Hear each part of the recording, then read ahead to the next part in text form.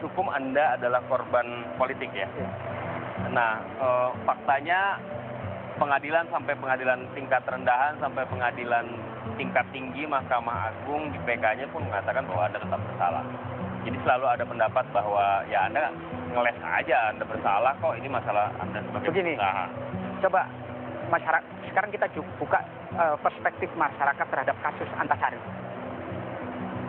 Hasil formal pengadilan dengan kenyataan kepercayaan masyarakat bahwa Antasari bersalah atau tidak berbeda.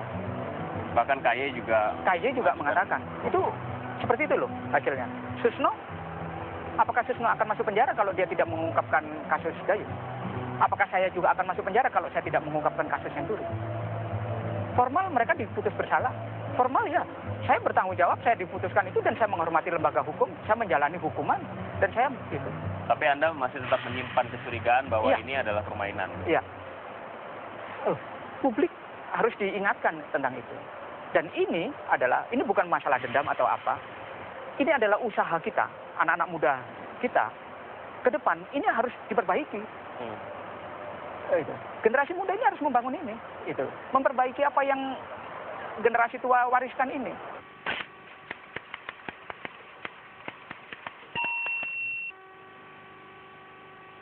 Dan kita harus kuat mengatakan, oke, selesai dengan urusan rekayasa hukum.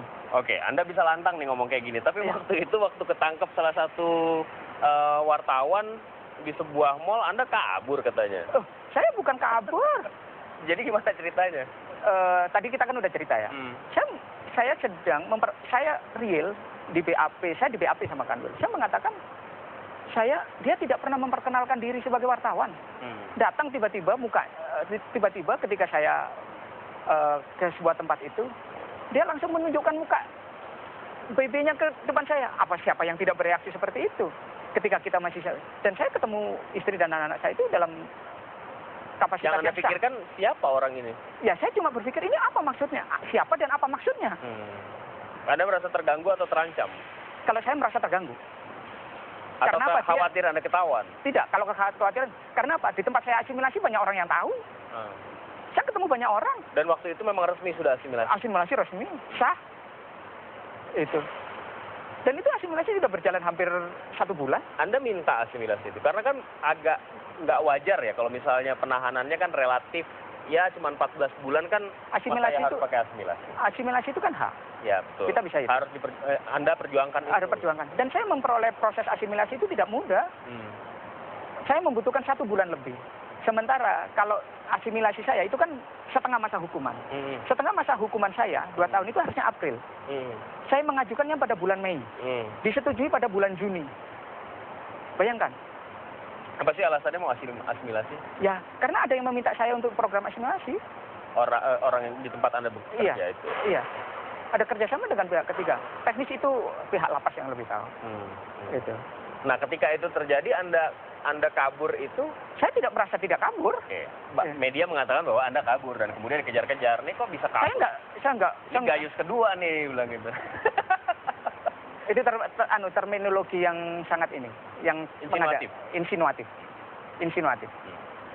Dan kala itu terjadi Anda nggak tahu, Anda tidak diperkenalkan dia sebagai wartawan, dan Anda menganggap ada pelanggaran terhadap etika jurnalistik yang diterapkan sama mereka. Gitu.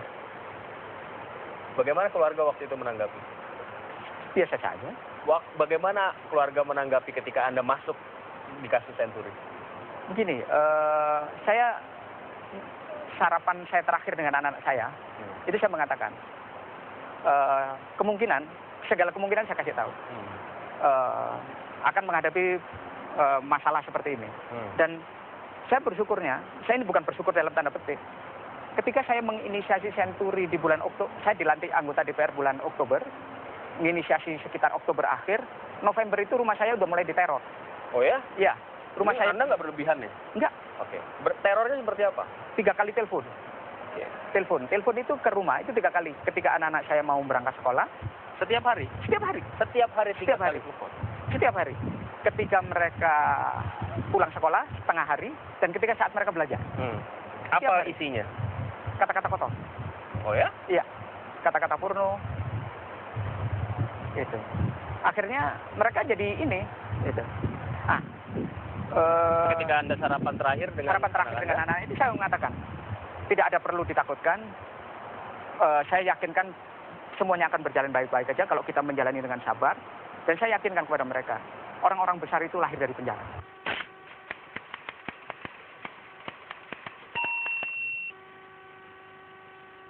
Bung Karno pernah di penjara, dibuang, diasingkan karena apa? Melawan penjajah. Dan dia jadi presiden Republik Indonesia. Mandela di penjara, Anwar Ibrahim di penjara. Itu. Dan masuknya saya ke penjara, saya yakinkan kepada keluarga saya, semuanya ini murni urusan politik. Bukan masalah duit. Bukan. Dan sampai sekarang keyakinan saya. Nah, ke depan harapan Anda kasus Senturi seperti apa? Anda faktanya sekarang sudah tidak lagi jadi anggota DPR katanya. Waktu Anda kemarin datang pertama kali keluar dari lapas katanya langsung ke DPR. Saya ke DPR itu saya menemui fraksi. Itu bukan kegeeran Anda, Bukan, kan bukan. jadi anggota DPR. Saya datang ke fraksi, saya mau konsultasi dan saya mau konsolidasi sebelum saya ke DPP. Ya kan? Karena posisi saya terakhir ketika itu saya kan masih anggota DPR. Wajar dong. Itu. Saya bertemu, saya akan melakukan konsolidasi keluarga. Setelah konsolidasi keluarga apa? Saya berkonsultasi dan berkonsolidasi dengan partai. Apa tugas berikutnya? Kondisi real terakhir seperti apa? Tugas baru apa? Tapi Anda kan bukan masuk dari kader ya?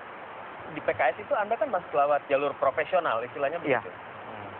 Nah, artinya begini, ketika tugas Anda sudah selesai di DPR kan, atau Anda mau aktif? Saya kan masih anggota PKS. Ketika saya menjadi anggota PKS dan direkrut dari jalur profesional, saya kan sudah menjadi kader. Oke. Dan saya harus mengikuti program-program pembinaan partai yang berikutnya. Jadi artinya ini Anda tetap nggak kapok ya jadi politisi. Kenapa nggak jadi akuntan aja? Duitnya lebih banyak gitu kan. Buktinya dalam perusahaan Anda itu Anda masih bisa minjem uang 22 juta itu penghasilannya juga bisa lebih saya daripada kerja sebagai politisi kan. Begini, saya meyakini bahwa DPR itu harus dihuni oleh orang-orang yang cerdas, dihuni orang-orang yang profesional, yang tidak bermain anggaran. Kalau kredibel gimana? Anda udah masuk penjara. Saya mengatakan kredibilitas itu bisa dibangun seperti apa? Oke. Ukurannya bisa subjektif. Subjektif. Walaupun Anda sudah masuk penjara dan karena apa? Mereka ingin mendelegitimasi integritas Anda dan kredibilitas Anda itu. Kredibilitas saya karena saya inisiator. Itu. Oke. Teman-teman saya tim 9 bisa ditanya satu persatu kualitas, kredibilitas, dan kualitas saya, ya kan? Intelijensia saya, bagaimana saya membedah kasus Senturi. Saya berdiskusi dengan banyak orang untuk itu. Jadi ini bukan akhir ya, masuk penjara keluar sekarang bukan jadi akhir. Anda berhenti terus jadi akun yang ada dibayangkan orang kan. Oh ini sekarang Misbahun udah kapok nih, jadi akuntan sekarang dia masuk ke perusahaan batubara dan bekerja dia di situ, tidak lagi menjadi politisi. Ya. Anda akan tetap jadi politisi. Iya. Dan saya tetap dalam berjamaah. Ada 5 lebih anggota DPR. Ya. Kenapa satu lagi Anda bisa kembali? Ketika sampai hidup menyelesaikan Senturi, silakan. Ini belum benar menganggap sudah selesai, Mbak. Ya kalau nggak dikecewa dan pasrah begitu. Sebenarnya ketika DPR, semua orang mengatakan ini kan seperti kasus-kasus yang seperti hak angket toksise dan bisa membermanya satu persatu siapa yang terlibat. Dan kita bisa dengan sangat yakin dengan data-data ya, kategori tindak pidana apa saja yang mereka lakukan, kriteria apa saja yang mereka langgar.